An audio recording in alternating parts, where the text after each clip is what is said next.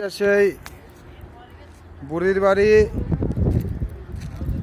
যে বুড়ি আমাদের প্রিয় নবী হযরত মুহাম্মদ সাল্লাল্লাহু আলাইহি সাল্লামের পথে কাটা দিতেন। এটা সেই বুড়ির বাড়ি।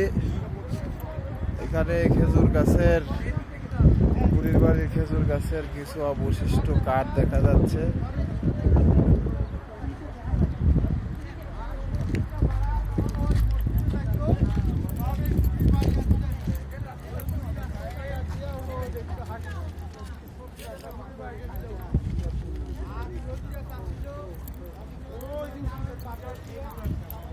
বুড়ির ঘর এটা,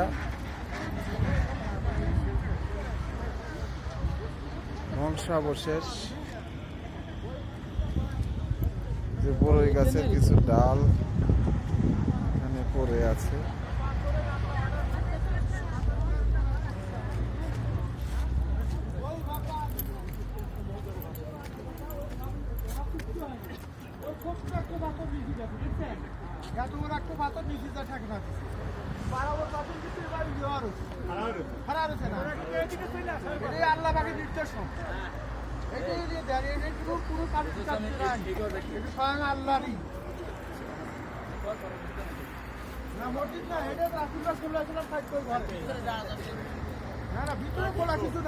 কোনটায় কোনটা?